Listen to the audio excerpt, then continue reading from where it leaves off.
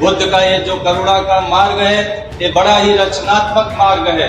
सिर्फ हाय हाय करने की करुणा नहीं है। हम अपने व्यक्तिगत हित में डूबे जा रहे हैं। आज उन्हें विश्वविद्यालय कहा जाता है, ये कभी महाविहार हुआ करते थे। इतनी बड़ी बात है अशोक की शिलालेखों में कि हर संप्रदाय के लोग हर जगह रहें। भगवान बुद्ध का मार्ग रचना का मार्ग है। भारत का सपना जो बुद्ध ने देखा, उस सपने को चंद्रगुप्त ने, यह देश फिर से सोने की चिड़िया हो सकता है। न प्रतिभा की कमी है, न संसाधन की कमी है। आप सभी जानते हैं कि शाक्य कुल में लुम्बिनी वन में 563 ईसा पूर्व में पैदा हुए, और जब पैदा हुए तो उनके अंदर ये प्रश्न बचपन से ही घूम रहा था कि आखिर ये मानव दुखी क्यों है, दुख के कारण कौन कौन है और उस दुख का निवारण कैसे किया जा सकता है। इन्हीं प्रश्नों का हल करने के लिए भगवान बुद्ध ने अपना घर छोड़ दिया। अपना एक ढंग से अगर वो शाक्य कुल में होते तो आगे भविष्यवाणी की गई थी कि चक्रवर्ती राजा होते। उस संभावना को उन्होंने तिलांजलि दे दी। उन्होंने अपनी खूबसूरत पत्नी को छोड़ दिया, नवजात शिशु को छोड़ दिया, राजमहल का सुख छोड़ दिया और सब कुछ छोड़ करके एक ऐसे प्रश्न की खोज में लगे जिस प्रश्न के खोज के बाद आज हम उनके बताए हुए मार्ग पर चलें तो हमारे दुखों का अंत हो सकता है। तो भगवान बुद्ध का ये कार्य हमें बताता है कि उनका कितना बड़ा त्याग था। तो मैं आज हमारे सामने यहाँ जो उपस्थित लोग हैं उन्हें बताना चाहता हूँ संक्षिप्त में कि भगवान बुद्ध ने जो आपको मार्ग दिया, वो मार्ग ये दिया कि सभी मानव इस दुनिया में समान है। और समान सिर्फ मानने से नहीं होता, समान आपको व्यवहार करना पड़ेगा। उनके अपने विचार में, अपने संस्कार में, अपने गहरे अंतस्थल में, अपने दिल में उतारना पड़ेगा कि सभी इंसान बराबर हैं। और अगर आज भगवान बुद्ध की ये बात दुनिया मान लेता तो यहाँ जो गैर बराबरी की बात है, वर्ण व्यवस्था की बात है, ऊंच नीच की बात है, छुआछूत की बात है, शोषण की बात है, जो शोषक और शोषित विकसित हो रहे हैं, जो असमानता की बात है, शायद वो इस दुनिया से मिट गई होती। बुद्ध जी के मार्ग पर आज फिर से चलने की जरूरत है। भारत की आबादी 150 करोड़ है और 150 करोड़ में लगभग हमारे यहाँ कम से कम 80% जनता आज घोर अशिक्षा, घोर गरीबी, बेरोजगारी में जिंदगी जी रही है। तो अगर आज इस देश में बुद्ध की करुणा को फिर से स्थापित किया जाए, अशोक की करुणा फिर से स्थापित किया जाए और राज्य को अगर कल्याणकारी, लोक कल्याण, लोकहित के लिए लगाया जाए तो शायद इस देश में न धन की कमी है, न प्रतिभा की कमी है, न संसाधन की कमी है। यह देश फिर से सोने की चिड़िया हो सकता है। लेकिन दुर्भाग्य है कि हम बुद्ध की बात करते हैं, लेकिन यहाँ से जाने के बाद फिर वही ठाक के 3 पात। हम बुद्ध का जो दिखाया हुआ मार्ग है, समता का, सदाचार का, शील का, एक बराबरी का, एक करुणा का, उसको भूल जाते हैं। बुद्ध का ये जो करुणा का मार्ग है ये बड़ा ही रचनात्मक मार्ग है, बड़ा ये एक सकारात्मक मार्ग है, दूसरे के दुख दर्द को दूर करने का मार्ग है। बुद्ध की करुणा ये नहीं है कि अगर पड़ोसी दुखी है तो आप सिर्फ हाय हाय कर दे कि इसको कितना कष्ट है। बुद्ध की करुणा ये है कि अगर पड़ोसी दुखी है या कोई दुखी है तो उसकी आवश्यकता को समझे, उसकी जरूरत को समझिए, उसके दुख का कारण समझिए और सब मिल करके अगर उसके दुख को दूर करने में जितना भी आप मदद कर सकते हैं, अगर मदद करें तो वो बुद्ध की करुणा है। बुद्ध की करुणा सिर्फ हाय हाय करने की करुणा नहीं है, जैसा मैंने कहा, बुद्ध की करुणा है कि आप आगे बढ़ करके लोगों के लिए करिए। और दुर्भाग्य है कि आज जिस ढंग से हमारा समाज विकसित हो रहा है, हम अपने स्वार्थ में, हम अपने व्यक्तिगत हित में डूबे जा रहे हैं। और आज चारों तरफ देखा जाए तो इतने विशाल भारत में बुद्ध ने तो शिक्षा का द्वार सबके लिए खोल दिया था।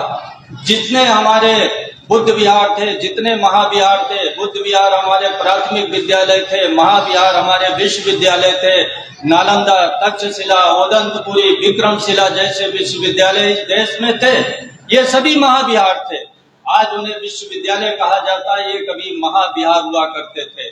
और ये ऐसे महाविहार थे, ऐसे विश्वविद्यालय थे जहां दुनिया भर के विद्यार्थी आते थे और दुनिया भर के वहाँ टीचर होते, और यहाँ पर हर प्रकार की शिक्षा दी जाती थी। वहाँ पर व्याकरण की शिक्षा, आयुर्वेद की शिक्षा, चिकित्सा की, ज्योतिष की, शब्द शास्त्र की, नीति की, राजनीति शास्त्र की, और बौद्ध धर्म और साथ साथ तमाम धर्मों की भी शिक्षा दी जाती थी। बौद्ध धर्म का जो मार्ग है वो मिलजुल करके रहने का मार्ग है। आज हमारे देश में कितना सामाजिक तनाव है, कितना धार्मिक तनाव है। अगर हम बुद्ध की बात मान लें तो हम समझ लेंगे, बुद्ध ने कहा था कि कोई चीज इसलिए न मानो कि हमारे पुरखों ने की, कोई चीज इसलिए न मानो कि किताबों में लिखी गई है, कोई चीज इसलिए न मानो कि परंपरा से चली आ रही है, इसलिए वो बात मानो जब तुम्हें सही लगे तब मानो। इसी विचारधारा को लेकर के जब अशोक ने अपने राज्य संचालन के नींव में भगवान बुद्ध की शिक्षाएं रखी, तो उन्होंने उस समय अगर भगवान बुद्ध की शिक्षाओं पर जो अशोक का राज्य था, उस अशोक राज्य की अगर हम बात करें तो हम पाएंगे कि अशोक कितना समाज को और पूरे देश को जोड़ने की बात कहते हैं। अशोक अपने शिलालेखों में कहते हैं कि मेरी इच्छा है कि हर संप्रदाय के लोग हर जगह रहें। इतनी बड़ी बात है अशोक की शिलालेखों में कि हर संप्रदाय के लोग हर जगह रहें। आज हमारा देश मुस्लिम बस्ती, हिंदू बस्ती, यादव बस्ती, मौर्य बस्ती और तमाम बस्तियों में बढ़ते बढ़ते तमाम धार्मिक वितंडावाद फैला हुआ है। अशोक चाहते थे कि हर धर्म के लोग हर जगह रहें, परस्पर प्रेम से रहें, मोहब्बत से रहें। और उन्होंने ये भी कहा कि जो दूसरे धर्म का आलोचना करता है वो अपने धर्म का नुकसान करता है। भगवान बुद्ध का मार्ग जोड़ने का मार्ग है, भगवान बुद्ध का मार्ग रचना का मार्ग है। अगर आप समाज को जोड़ नहीं सकते, इस देश को नहीं जोड़ सकते, तो आप सच्चे बुद्ध अनुयायी नहीं हैं। और मैं यहाँ ज्यादा मौर्य समाज के लोग हैं, उनसे कहना चाहूंगा कि ये मौर्य समाज के लोग कोई जातिवादी लोग नहीं रहे हैं। भगवान बुद्ध ने जब धर्म दिया तो पूरी मानवता के लिए, पूरी दुनिया के दिया, उन्होंने सिर्फ शाक्य समाज के लिए धर्म नहीं दिया। और एक मैं आपको उदाहरण बताना चाहता हूँ कि जब संघ में प्रवचित करना था तो उनके साथ एक गोपाल नाई भी गए थे शाक्य राजकुमारों के साथ। भगवान बुद्ध ने देखा कि एक तरफ शाक्य राजकुमार हैं, एक तरफ गोपाली नाई हैं, हम किसको दीक्षा पहले दें। इस पर बहुत विचार विमर्श हुआ। यह हुआ कि भाई शाक्य कुल के लोग तो पहले से राजकुमार हैं, ये तो पहले से अहंकारग्रस्त हैं, और अगर इनको दीक्षा पहले दी गई तो ये संघ में भी सीनियर हो जाएंगे। और ये उपाली नाई अब तक इनको प्रणाम करता रहा है, अब आगे भी संघ में प्रणाम करता रहेगा। इसलिए उन्होंने पहले उपाली नाई को दीक्षा दी, फिर शाक्य कुल के राजकुमारों को दिया, और सभी शाक्य कुल के राजकुमार उपाली नाई को तब से प्रणाम करने लगे। ये भगवान बुद्ध की शिक्षाओं का है। तो बुद्ध का मार्ग त्याग का मार्ग है, मानवता का मार्ग है, बराबरी का मार्ग है, करुणा का मार्ग है। एक मैं और आज बुद्ध पूर्णिमा पर आप लोगों से बात शेयर करना चाहता हूँ। भगवान बुद्ध को जिस दिन बैसाख की पूर्णिमा को बुद्धत्व प्राप्त हो रहा था, उसके दिन एक दिन पहले भगवान बुद्ध ने 5 सपने देखे थे। उसमें एक सपना के बारे में मैं चर्चा करना चाहूंगा।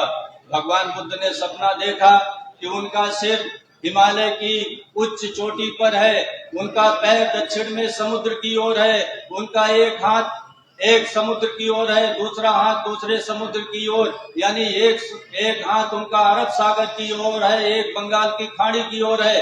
शायद अखंड भारत का इतना विशद दृश्य, इतना विशद चित्रण कभी किसी के सपने के माध्यम से इसके पहले किसी साहित्य में, किसी लिटरेचर में भारत में नहीं पाया जाता। अगर हम कहें तो ये भी कह सकते हैं कि भगवान बुद्ध ने अखंड भारत का सपना पहली बार इस देश में देखा और उस अखंड भारत के सपनों को पूरा करने के लिए उन्होंने ये देखा कि पूरे जम्बू द्वीप में लेटे हुए हैं, यानी ये देश अखंड में कब होगा, जब ये देश बुद्धमय होगा।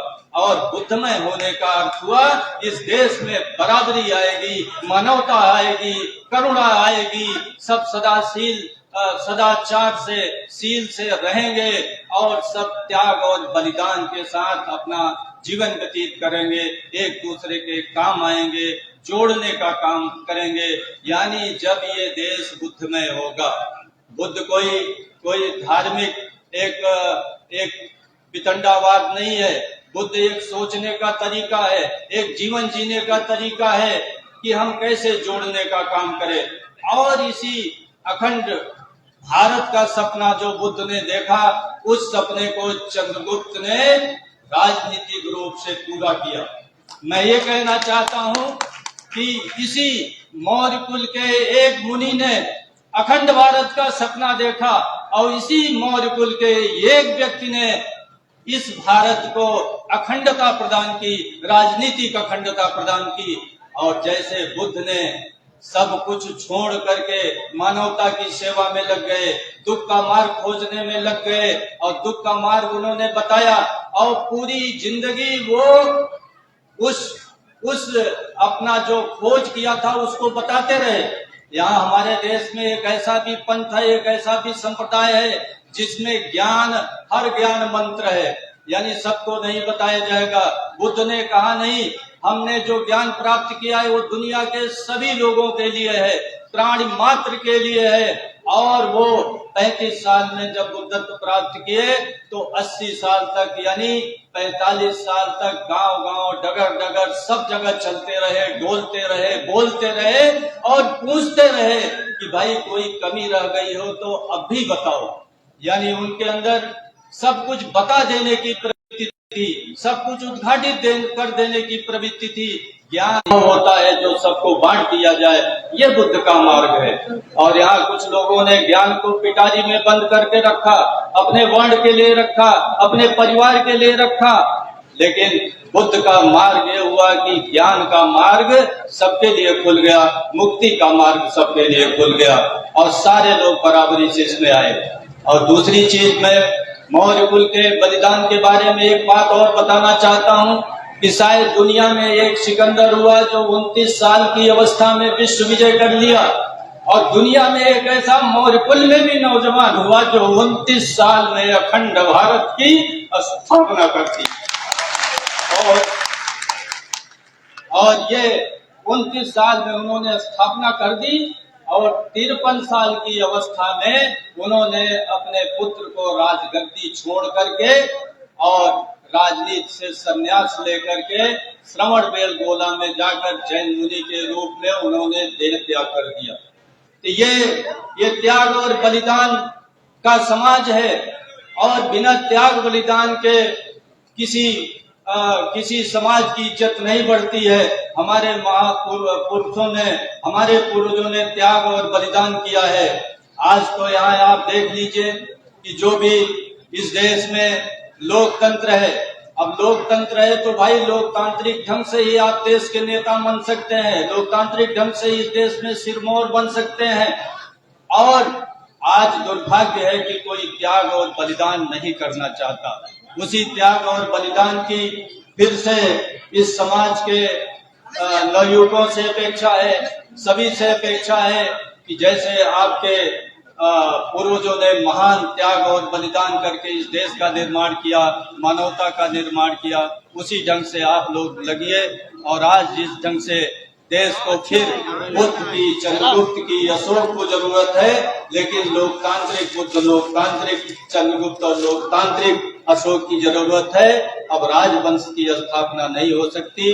और जो भी लोग आज राजवंश की स्थापना करने का प्रयास कर रहे हैं, वो लोग गैर लोकतांत्रिक काम कर रहे हैं और देर सवेर ये चलेगा नहीं। आप लोगों को भी इस देश में लोकतांत्रिक समाज की, लोकतांत्रिक राजनीति और एक लोकतांत्रिक वातावरण का निर्माण करना पड़ेगा। मैं पुनः आयोजकों का आभारी हूँ कि उन्होंने बहुत ही शानदार कार्यक्रम किया। मैं जानता हूँ कि आयोजनों में कितना मेहनत करनी पड़ती है, कितना लोगों की मन्नतें करनी पड़ती है, धन भी इकट्ठा करना पड़ता है, तमाम बहुत काफी समय से मेहनत करना पड़ता है। तो आप लोगों ने मेहनत करके, भाई रामपाल शास्त्री, उनकी टीम ने बहुत शानदार काम किया है। और मैं समझता हूँ कि ये कारवां आगे बढ़ता रहे, लेकिन कोई बैठक हो, कोई बड़े बैठक हो, जब तक कोई दिशा न मिले तब तक उस बैठक का कोई मकसद नहीं रहता। समाज को एक दिशा भी मिलनी चाहिए। और मैं समझता हूँ कि दिशा देने के लिए एक माहौल भी होना चाहिए, और वो माहौल भी शायद ये टीम पैदा करे तो अच्छा है। अन्यथा हम लोग बुद्ध और अशोक, चंद्रगुप्त, ज्योतिबा फूले, बाबू जगदेव प्रसाद की सिर्फ बातें करते रह जाएंगे। और जिस ढंग से ये समाज, ये मौर्य शाक्य कुल ने एक ऐतिहासिक शानदार काम किया है, पूरी मानवता के लिए, पूरे देश के लिए, पूरी सभ्यता के लिए, पूरी संस्कृति के लिए, शायद वो काम हम नहीं कर पाएंगे। इसलिए इस पर चिंतन मनन करने की जरूरत है, और ऐसे कार्यक्रमों में कोई दृष्टि और दिशा जरूर मिलनी चाहिए। इसके साथ ही अपनी बात समाप्त करता हूँ। नमो बुद्धाय। जय अशोक, जय जगदेव।